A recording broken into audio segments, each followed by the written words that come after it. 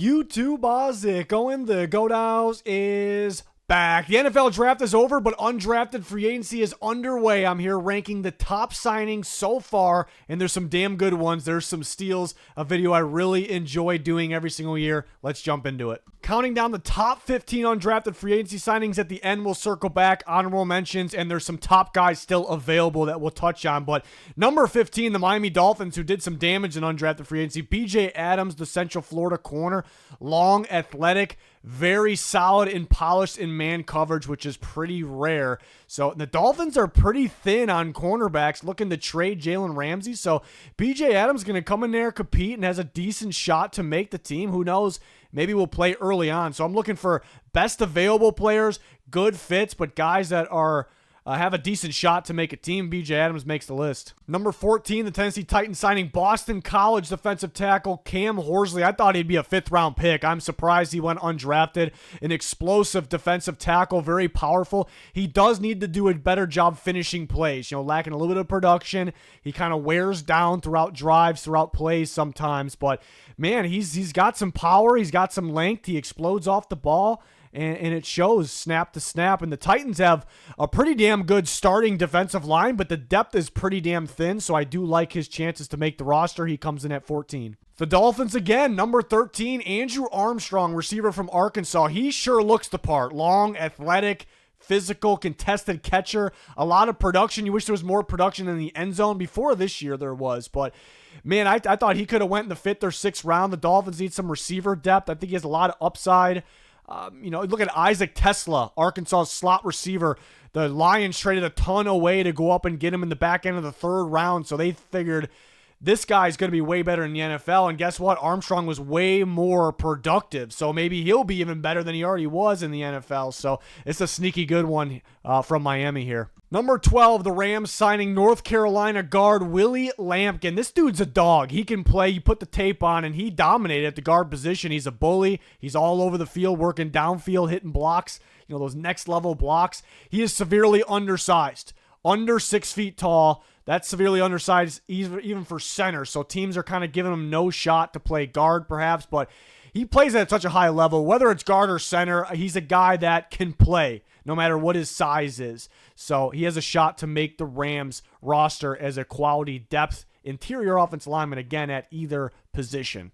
Number 11, the Chiefs signing Florida wide receiver Elijah Badger. I'd probably rank him even higher because I like him so much. He just might have a tougher time making the Chiefs roster because they're pretty deep at receiver, and they even drafted Jalen Royals, but he can play. He has the ideal build for today, not 10 years ago, today's NFL receiver. He has some serious length for his size. He's really good on the boundary, really good tracking the ball downfield, has some really good athleticism, can high point the ball as well. So maybe you get in the training camp and the Chiefs realize what they got. So a sneaky one here, but he'll have to fight to make the roster. Number 10, the Falcons signing Oregon State offensive lineman Joshua Gray. I thought he could be drafted around the 5th round as well. A lot of 5th round guys that end up being undrafted, but he started his career at offensive tackle for Oregon State, was paired with Fuaga. Remember, he was a 1st round pick to the Saints last year, and Gray was solid there, but it felt like he was better suited for his NFL projection to slide inside, and he played very well there. And there's some talk about him playing center,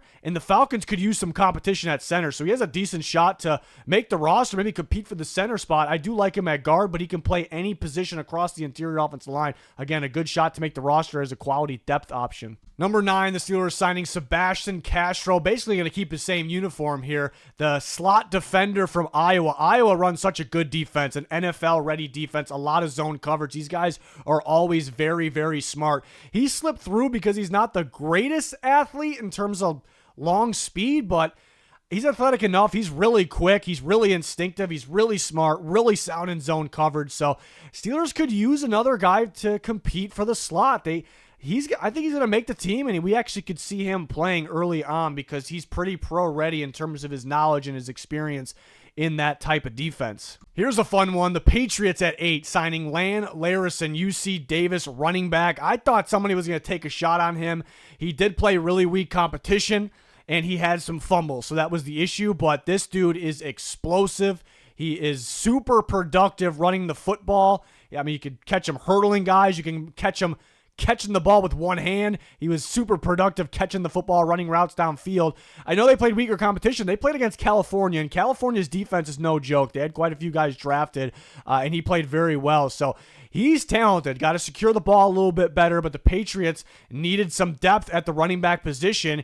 And, a bonus, you got a pass-catching option out of the backfield for Drake May. Love the way the Patriots drafted, and they got a sneaky one right here. Number 7, the Eagles signing Montrell Johnson Jr., the Florida running back, as an undrafted free agent. Another guy I thought could have went in the 5th round, but his talent on tape probably says 4th round. He just got some durability concerns, but man, when you combine, this was a loaded running back class, but even with this class, there's not too many Montrell Johnsons in terms of combining his size, the power, the speed, a freak athlete for his size. He sees the hole, he hits it, and he's a home run hitter. He can stiff arm, he can break tackles. You remember the Eagles lost Gainwell. They do have some running backs. They brought in A.J. Dillon, was injured all last year. I think Montrell Johnson, it'll be a fight to make the roster, but if he's healthy, he's talented enough. He'll learn from Saquon Barkley. He can make that roster. This one is awesome because Xavier Restrepo gets to keep his quarterback. He goes to the Tennessee Titans. Cam Ward was the first overall pick. They were dominant together. Restrepo breaking Miami records. A very solid, quick, sure-handed slot receiver. He's on the slower side. We saw that at his pro day, and that literally is why he didn't get drafted. That is why he didn't get drafted, and he said he hurt himself during it. So maybe that's true. He is way more quick than fast.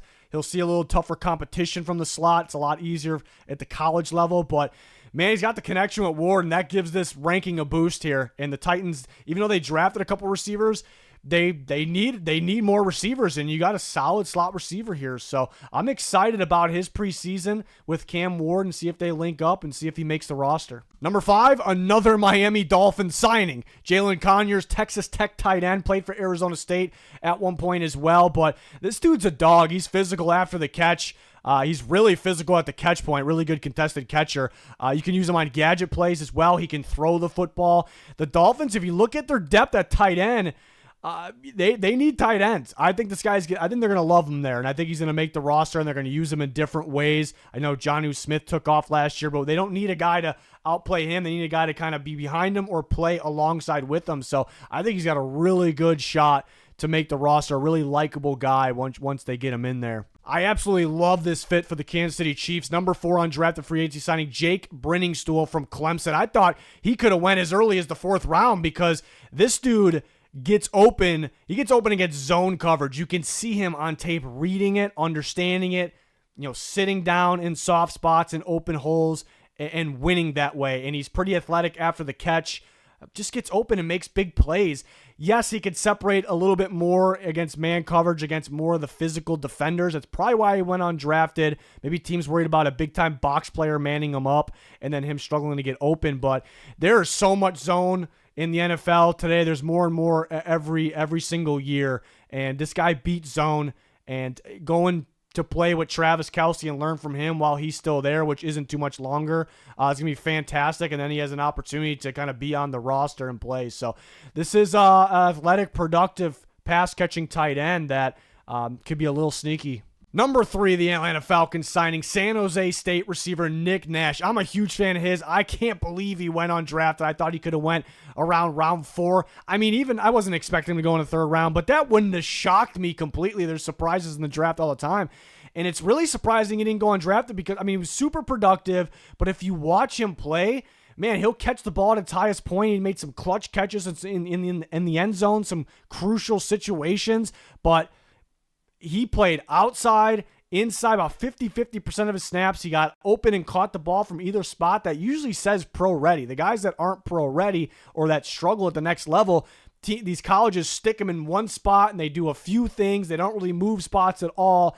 And that's not Nick Nash.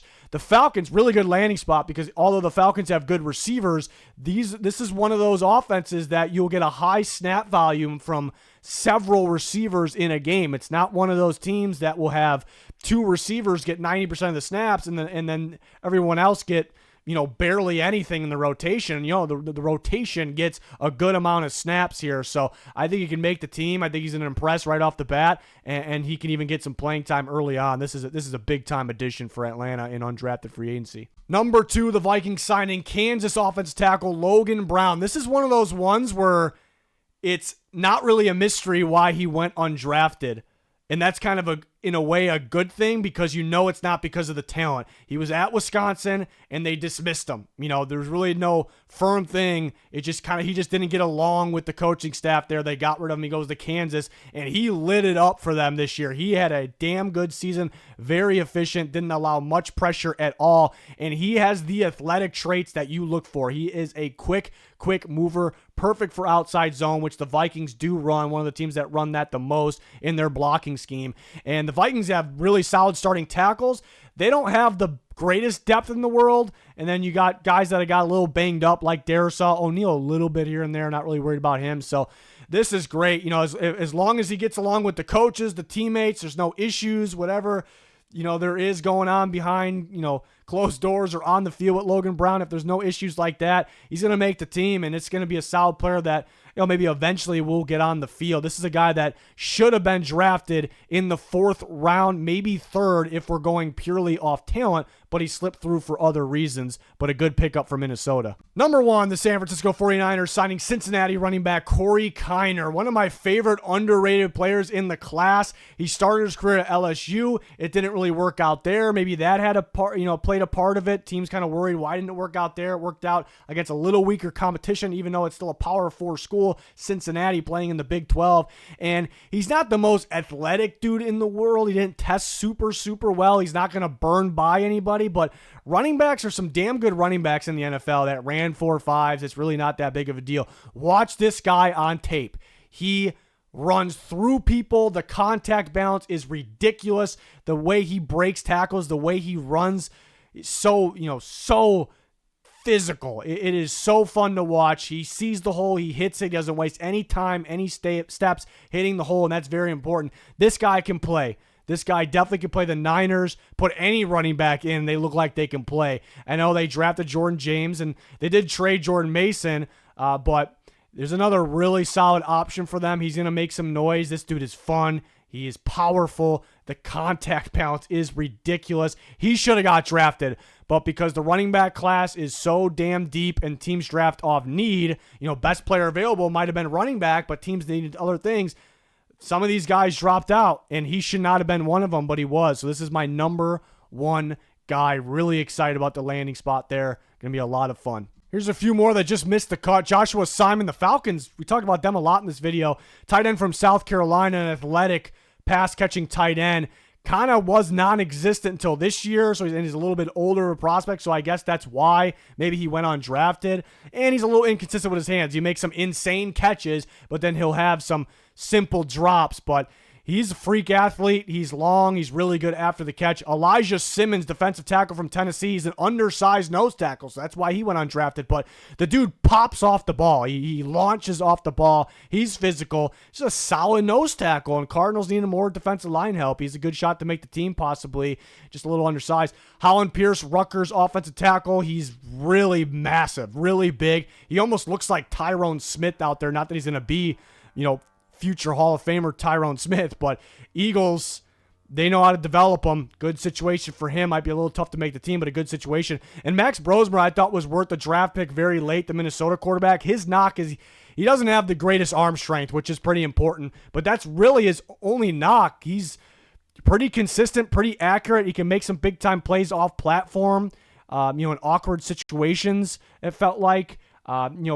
Not the most athletic, but he could buy a little bit of time with his feet. And the Vikings, I know they traded for Sam Howell, but they definitely could use another young quarterback on that roster. You know, J.J. McCarthy hasn't played yet. He was injured last year. He's going to be the starter, obviously, but staying in Minnesota, so that's pretty solid for Brosmer and for the Vikings. And here are 4 guys that would have made the top 15 rankings. They would have made this video, but as of right now, maybe while I'm talking or while this is uploading or while you're watching this, these guys signed somewhere, but some damn good undrafted free agents. Isaiah Bond, there's an off-the-field issue. That's the problem. This dude is an early round 3 talent, maybe late 2, because how explosive, how athletic he is. He looked like the top receiver on Alabama 2 years ago. This last year, he was at times on Texas, and they have Matthew Golden. They had other weapons as well. So the talent's definitely there. It's the off-the-field issue.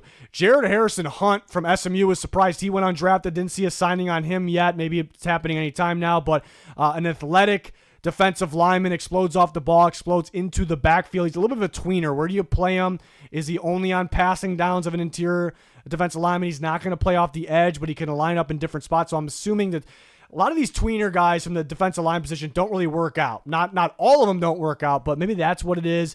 And then Kobe Bryant from Kansas, big play guy. He played pretty well against some top receivers. He's a little inconsistent. He'll make a big play, a big interception, with his athletic ability, his instincts reading the quarterback, but then he'll just give up plays, big plays down the field as well. Plays pretty far off the ball sometimes. So I guess him being super thin, super light, and the inconsistency, giving up big home run plays sometimes would be the reason, but he should have got drafted. And Jared Ivey from Ole Miss, a physical defensive end. He blows up plays, against the run as well. He's really lacking a little bit of juice, athleticism, a little quickness and burst, and that's a problem in today's NFL, but he has some big-time moments. He's really physical off the edge, and he was really solid for Ole Miss. So at the time of recording this, these 4 guys did not sign. So what I did before making this video, I wrote down all the guys that I was interested as undrafted free agents. I figured out where they went. These guys didn't go anywhere yet, but guys to keep an eye on. We can do a part 2 of this video if these guys sign, but also kind of the deeper guys, like the sneaky guys that could... nobody was talking about during the draft that were expected to go undrafted, but they could be sneaky and could end up making a roster. If that's suggested in the comments, let me know. We can do it. But always excited to do this video, something we do at this time every single year. We covered all 3 days of the NFL draft with lots of content. We had a recent day 3 video that went up. Really was a fan of that. The best picks, the sleeper picks in every single round. So check that one out. While you're here. But that'll do it for this one. Thanks for watching. Goodbye.